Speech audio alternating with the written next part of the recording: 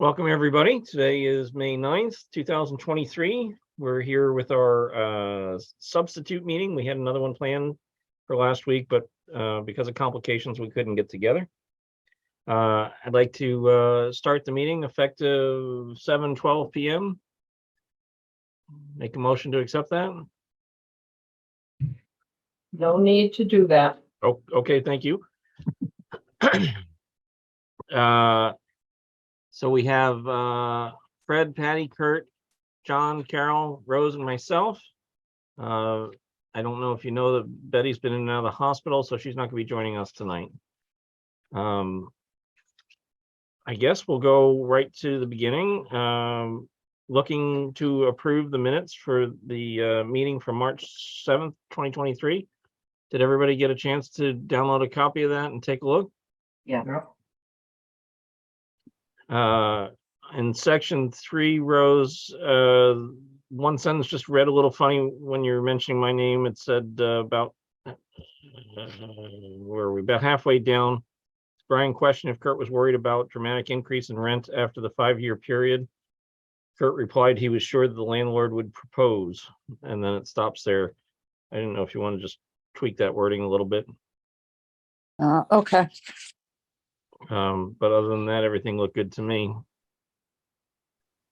Any questions or concerns, Fred or Patty? No. Yeah, no, I saw that same thing. But I read the rest of it seemed okay. Yeah, I thought there I was, agree. It follows on it, and you can make sense of it. I just didn't know if we want to tweak it a little bit. So who'd like to make a motion to accept the minutes as presented? Patty Panici, a member, make a motion to accept the minutes with the small correction. Fred Velarde, member. I second that motion. Great. Minutes adopted, subject to one Fred, correction. you need sorry, Brian, need a vote. All in favor? Aye. Aye. Aye.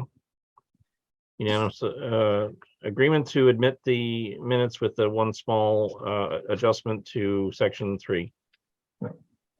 And Thank you, Rose. always thank you, Rose, for doing all that. Looks good. Yeah, you do a wonderful job. We're so lucky to have you. Thank you. You're welcome. Moving on to the general manager's report. Kurt, would you like to take that? Yes, the first thing is the spring fundraising drive results. Rose, do you have the top line numbers? We did a 3-day drive on April. What were the dates, Rose? 21, 22, and 23. And we had a goal of $50,000. We came in at 51,803. We also had a goal of 25 new members, and we came in with 30 new members. So it was very successful. April's usually our smallest drive to begin with. So we were all really pleased at how the results came in. Very impressive. Kurt, do you set those goals for the team? Well, we have a team meeting and we review, thanks to statistics that Rose keeps, all the previous spring, fall, winter drives for the last 5 years. And we go like, well, how do we think the economy's going? What's it like? So we set them as a team. Very impressive that you could come and dial it in that nicely. That's great. And that helps you forecast for the following year. Well, part of it's psychological. In other drives, we've maybe done 55, but we thought, well, right now there's a certain degree of unsettledness. Better to hit 50 or go a little over than to aim for 55 and fall a little short. So, yeah, it's something we work at together and it works well. Well done.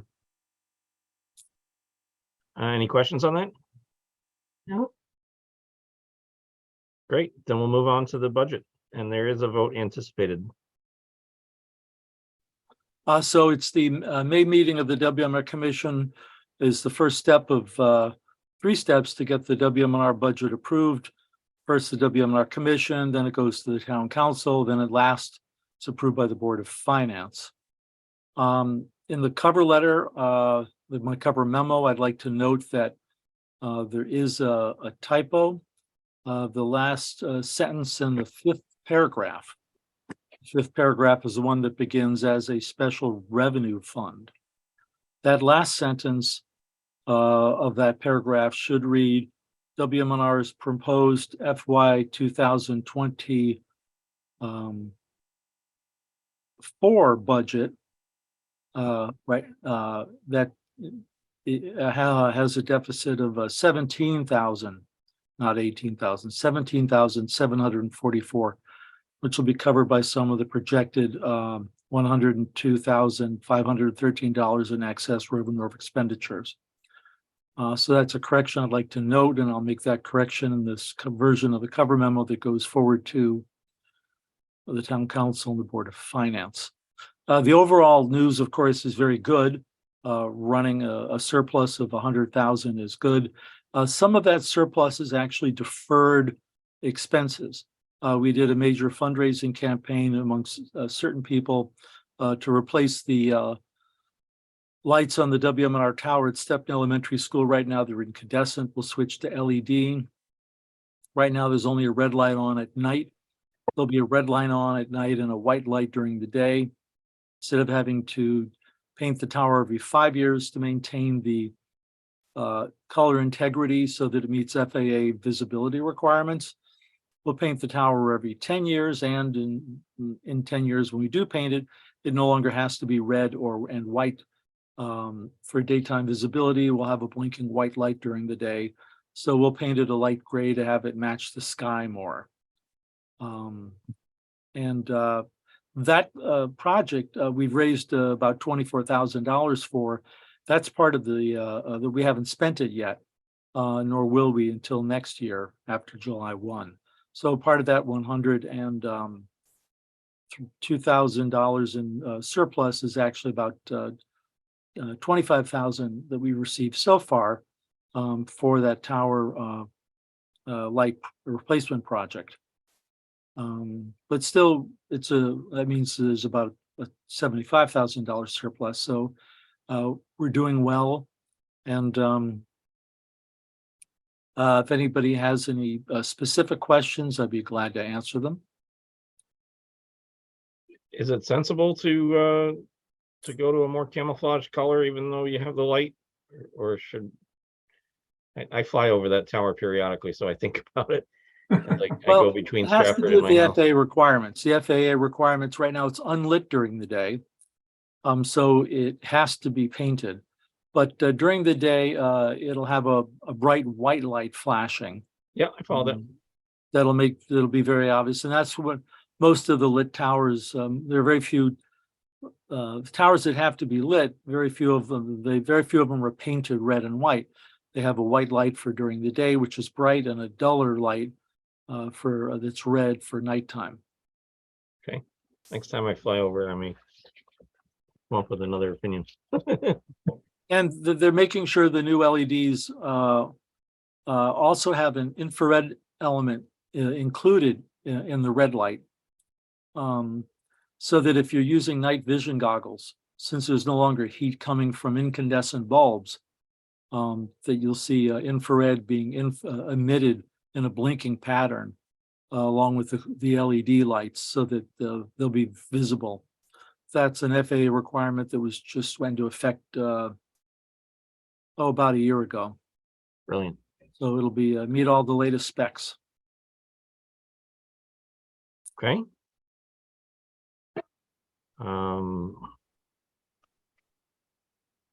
So that describes that one expense. Are any other expenses that we should be taking note of? Well, there is going to be an additional, it isn't actually broken out in this thing, but a month and a half ago, 2 months ago, we had a transmission line failure at WRXC Shelton, which is located at a tower in Seymour. We're using used cable that was installed in 2 sections about 30 years ago. So we're going to replace it with brand new cable. That'll cost about $10,000. That won't happen and probably until after July 1. Then right now we're on a backup antenna for WRXC with reduced coverage. But we've got the money for that, and that signal's worked well for us for many years using 2 used pieces of transmission line. So we'll replace it with 1 new set, which will be good for another 25 years. Very good. Lots of topics here. Anybody have any questions? No, it's pretty clear.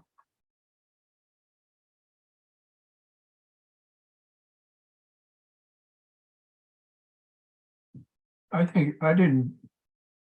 just like that. I think this is a really good thing. I never knew this. We had donations from 113 Connecticut towns, 32 states and 4 countries. That's really impressive for a little station started by 2 people in the high school. I mean, that's I never realized that. I wouldn't have known that, even though I've been there so much. I just celebrated 14 years, and I think that's something we should play up a little bit more. I think that's really nice. Yeah, 113 towns in Connecticut is not that's not too bad. Yeah, Looks little station that could. Thanks to Yeah, John and yeah. Carol. Yeah, it really is. I mean, I always say I'm happy to be part of it. I didn't realize how much. I'm going to ask for a raise. One for everyone, right? Yeah, that's right. Right. That's really good. That's cool. You do an excellent job writing these reports, Kurt, and things like that pop out to us, and it's useful because it helps give us all perspective. So thank you very much for that. One of the things that I took particular notice to was a description of the fees that we pay to the town, stating that we're covering 10.7% of the expenses of the town, while WMNR only costs the town 2.2%. And that, kind of sets off a red light in my head as something that I may need to discuss with the selectmen or somebody in finance, because proportionally speaking, that just doesn't really make sense unless we're missing something that they could explain to us better. But that's too far a number to be justified, in my opinion. So does anybody have any further insight into that? Kurt, I know you have expertise in everything, but I kind of checking around with the rest of the team to see whether anybody has any insight from a different angle. We're Well, forgetting. historically, the fee was set up to begin with $30,000 in fiscal year 2010. The town had taken us over 3 months before the fiscal year 2010 started. And it was a number pulled out of a hat. I was there at the meeting where there was an excuse made for it, but there was a bottom-up justification for it. And I recall that was Tom Boozy's time, right? well, there was a meeting that had an outside attorney that WMNR later had to pay $450 for his time, and the town HR person at the time, and also there was Carol and Jane and myself when they explained the admin fee. But at the moment, the information is there. Right now, the town's used to getting the money. They would have to, if we didn't give it as much, they would have to find something else to deal with, some other offset in the town budget, which is, got approved with a 53% yes vote last week. So yeah, it's something that needs to be discussed at some point.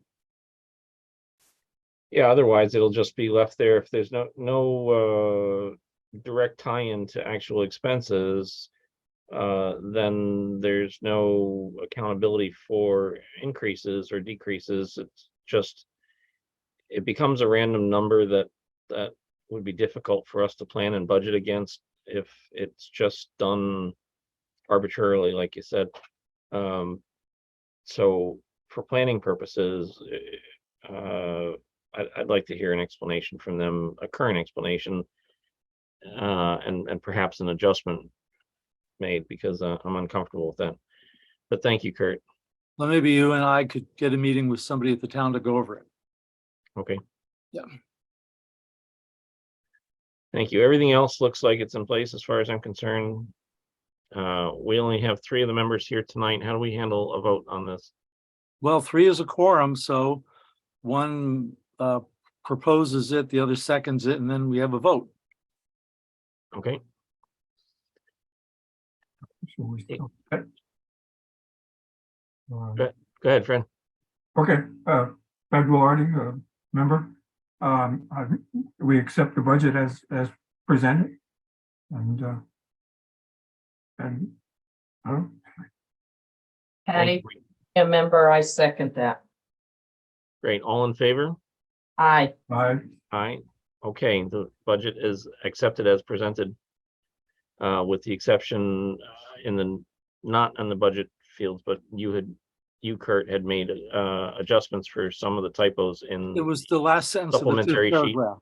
Right. And I made Yeah. notes that in my own page, and you said you're gonna make the adjustments before submitting it. Yeah, before it goes on to the town council and the board of finance. Perfect. Great. Moving on to section C, listed as Old Saybrook, New London, Sag Harbor, and East Hampton translators. 3 of our translators, one in Old Saybrook, one in New London, and one in Sag Harbor, are function at all the same frequency, 94.5. That frequency was offered at auction by the FCC for a new commercial radio station. Commercial radios between 92 and 108 on the FM dial, non-commercials between 88 and 92. We can have stations between 88 and 92. We can have translators between 88 and 92, and we can also have nonprofit translators between 92 and 108 on the FM dial. The frequency sold at an auction for $50,000. We have to move all of our translators to new frequencies. I've asked somebody to prepare an application to move Old Saybrook to a different frequency, 97.9. That application hasn't been prepared or submitted yet. The FCC will grant it within weeks. And I already have a backup antenna at the new frequency ready to go, so it'll take me very little time to make the change. It'll take longer to market it. We want to do a mail out campaign to everybody in the Old Saybrook area to let them know it's changing. Then I have to I have to go out into the New London area, listen to a couple of potential frequencies, which I did already in Old Saybrook, and then come back and choose the best of them, and then repeat that for an application, have it approved and submitted by Ken Kellogg, and then New London, we actually have to install a new antenna. And that won't happen until late this fall. The Old Saybrook one could happen this summer. The Sag Harbor 94.5, it's going to go off the air. I'm going to pull the transmitter and it'll go silent with permission from the FCC. As I look for a new location and a new frequency for it. We'll still have coverage in Sag Harbor area because we already have an existing duplicative translator at 100.3 in Sag Harbor on a Sag Harbor tower. And then the East Hampton translator was located at a fellow's house. He was 91. He passed away 2 months ago, and I'll go out there, meet his son. He was a major supporter of the station as well. Take the equipment, the transmit antenna down off the chimney, and take the transmitter out. And the East Hampton one will go silent while there's a new tower in East Hampton that I could move one or both of these translators to. So I'll have a busy time with some trips out to the Hamptons this summer, which is not a fun thing to do, especially on the weekend. The roads just back up. It's a real mess, even in the spring and even on a weekday. roads back up because everyone's trying to leave. So I'll have some work to do there with all those facilities in the next 3 to 6 months. Wow. But on a person's chimney, I had no idea how wonderful of that guy to do that. Do we know his name? Yes, his name is Bernie Goldhirsch.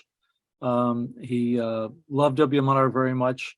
And I needed a place to put a translator at low cost, and he had little trouble getting us. And so then he didn't have any trouble getting us when I put one in his house. That is wonderful. Well, thank you, Bernie, wherever you are. That's really neat. Changing these frequencies, is that much more difficult than flipping knobs? It's not like the old Well, days, you have like, to you have to work with the crystals. consulting engineer to pick potential frequencies. Then I go out there and choose which ones might be the best. Because there are other stations adjacent in Rhode Island or Hartford. And then they've got to prepare the application. The FCC, the town, Ken Kellogg has to then authorize its filing. It just takes a couple of steps, but it's doable. But the electrical part on the radio transmitter, is it a matter of turning a knob like a CB radio, or is it a matter of Well, the programming like a transmitters, computer, you have or to, depending on which model of the transmitter, you either have to take the lid off and change some settings, or you can change it from the front panel. But I have an all-band antenna up at Old Saybrook, but the other antennas for New London and Sag Harbor, they're going to be on different frequencies, so I'm going to have to change the antennas out. But yes, to answer your question, Brian, the newer transmitters that we're using, made by Crown Broadcast here in the United States, they're frequency agile, so you could easily change the input and output frequencies very easily. Whereas the equipment that we were using at a lot of our translator sites like 10, 15 years ago, changing frequencies was a lot more involved and required ordering special parts. So it's, yeah, I recall back in walkie-talkies changing crystals out at one point. yep, exactly. That's how the older stuff worked. You had to change out crystals. But the new stuff is all like you said, like a CB radio, you turn a few knobs and you can change your frequencies. So the hard part's the paperwork and the antennas and stuff, but And the marketing to send out mailings to marketing. people like, hey, we're going to be changing frequencies. We didn't go away, just tune your dial. So, and you can always find us on the web if you need to in the meantime. right. John has a question. Go ahead, John.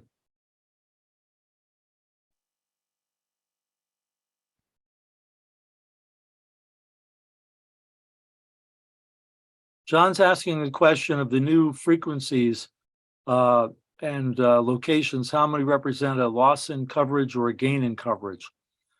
So the one in Old Saybrook should be identical, John.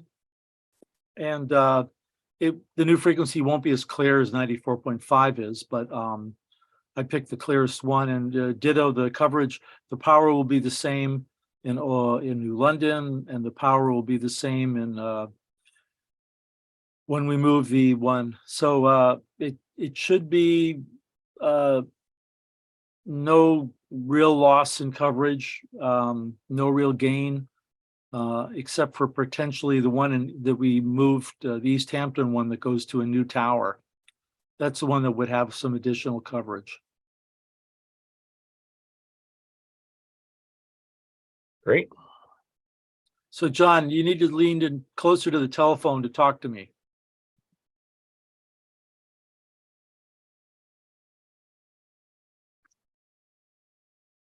The new tower, John's inquiring about the tower, the new potential tower in East Hampton. I sent him numerous emails and letters and phone calls, and I did get one response from him, but we haven't connected. But I'm going to make sure this summer when I go out there that I send him a blast of emails, phone calls, and then show up at his door.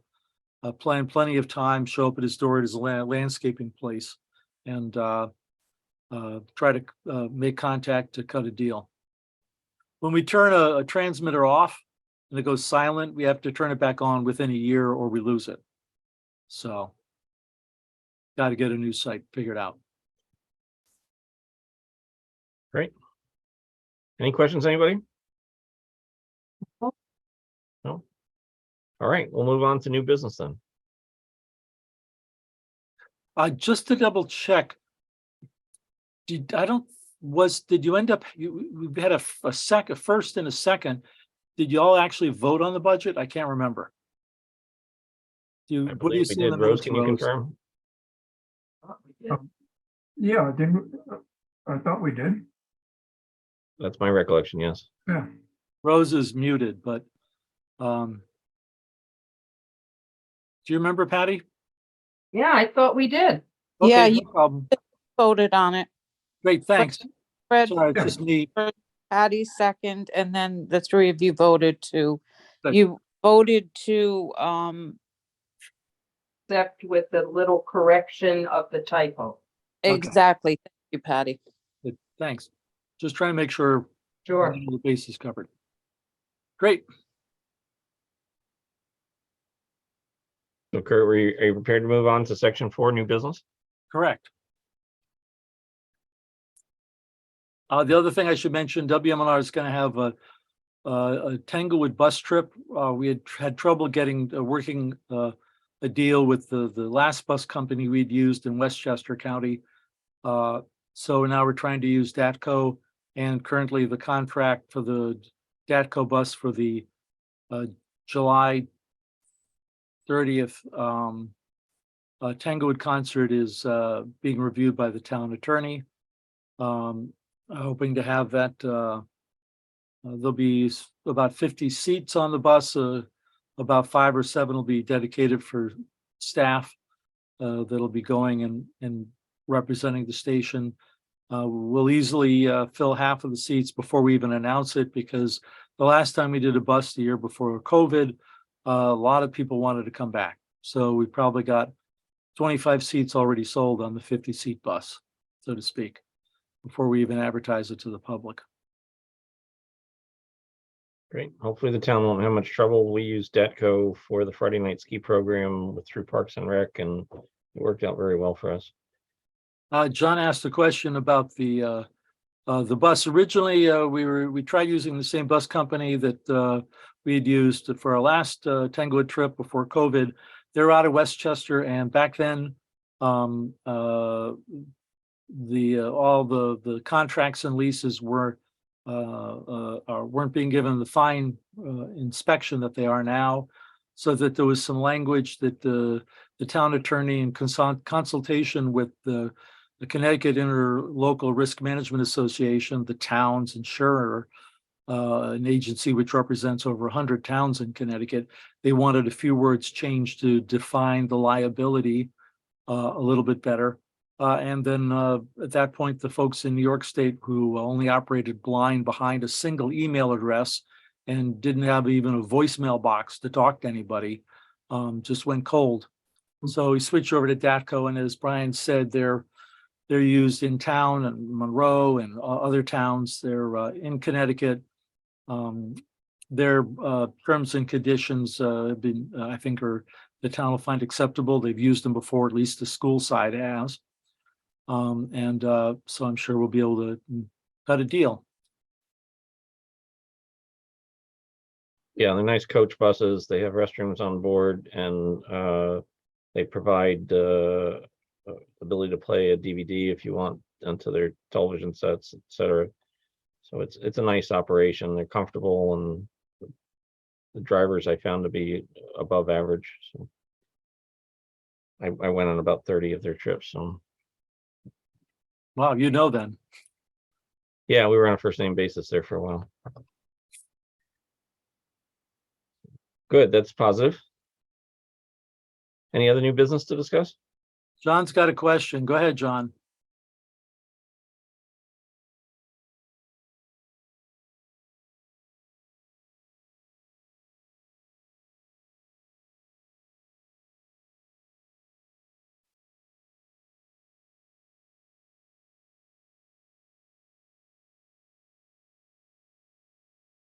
John's inquiring about Tanglewood, and he had heard that they had made some improvements. About 5 years ago, they opened up a couple of new studios, one of which is small, only seats 300 people, but is used for some smaller performances. But the entire facility's been getting a slow uplift in the last 5-10 years. Whether it's wonderful lighting, signage, they're just always. It used to be, for example, if you sat on the grass, you could only hear through speakers. And then 10 years ago, well, at the nighttime concerts, you could see these screens that were on the outside that were only visible at night.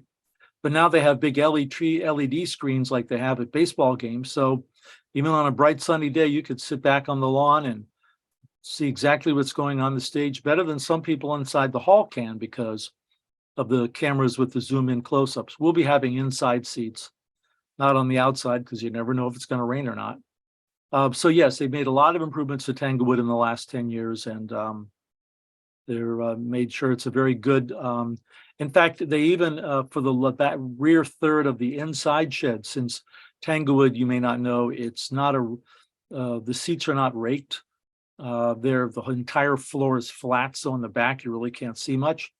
Now they have screens that they drop down for the second half, say if there's a soloist, and then you'll see some close-ups and whatever. So they've just done a good job at improving the Tanglewood experience. It's still an outdoor shed. It rains. When we were there before COVID, it was so hot. It was in the 90s.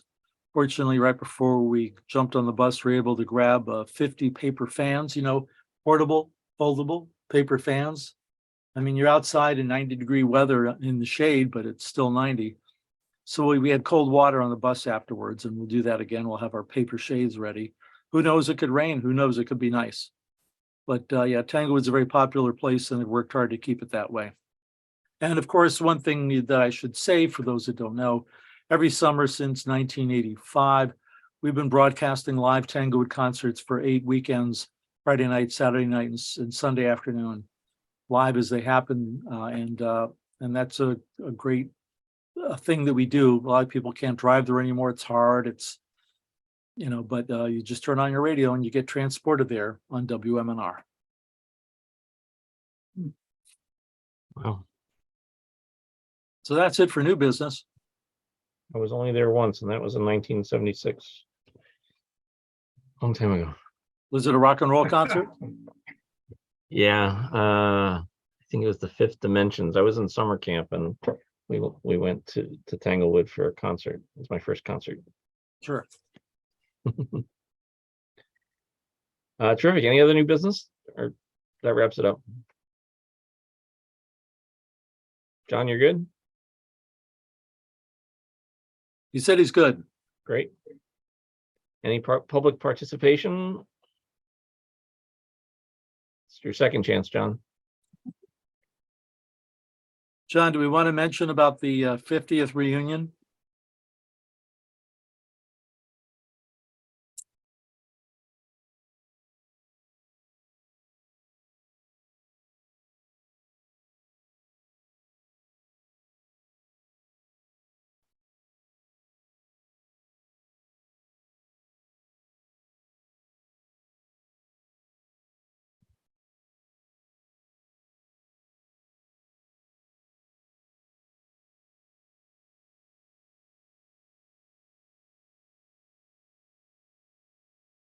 So, John, I'm gonna tell everybody what you just said, and then we'll do the date and the time next. So, John's been, of course, the station started. John and Carol started the station back in 1973 as a local community station with high school students and local adult volunteers, and they then it switched classical in 1982, and then he's been holding reunions every 5 years.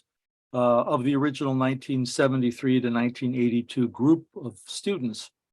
And the 50th one will be held this summer. And then there won't be any more on a regular basis. Maybe for the 55th, they'll just have an informal get together. So John, what's the date and time for this summer's 50th anniversary?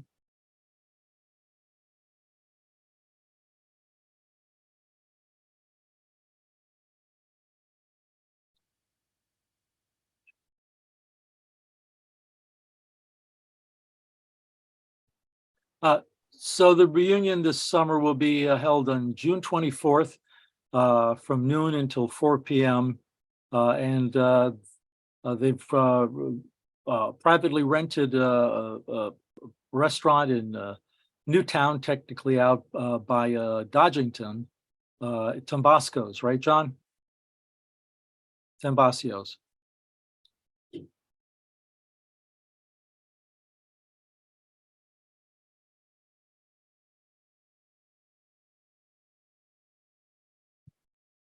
And I'm going to make sure that I'm there, even though I wasn't there between 73 and 82, because I really do want to thank everybody who's involved in the first 9 years of WMNR.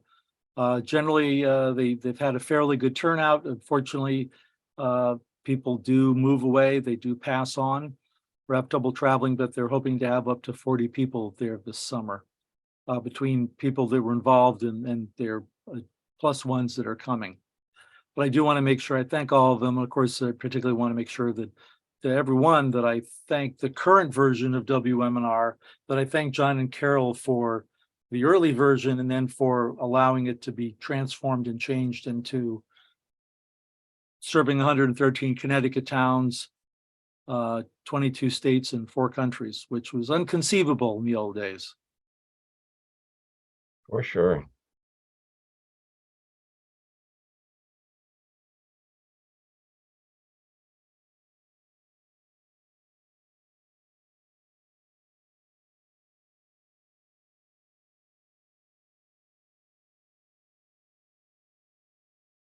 Yeah, John's mentioning that they've even had some of the people that were students between 1973 and 82, a few of which had come to previous reunions, won't make this one because they passed on. But it's still a group that John's told me in the past really appreciates their time spent with the station at the high school.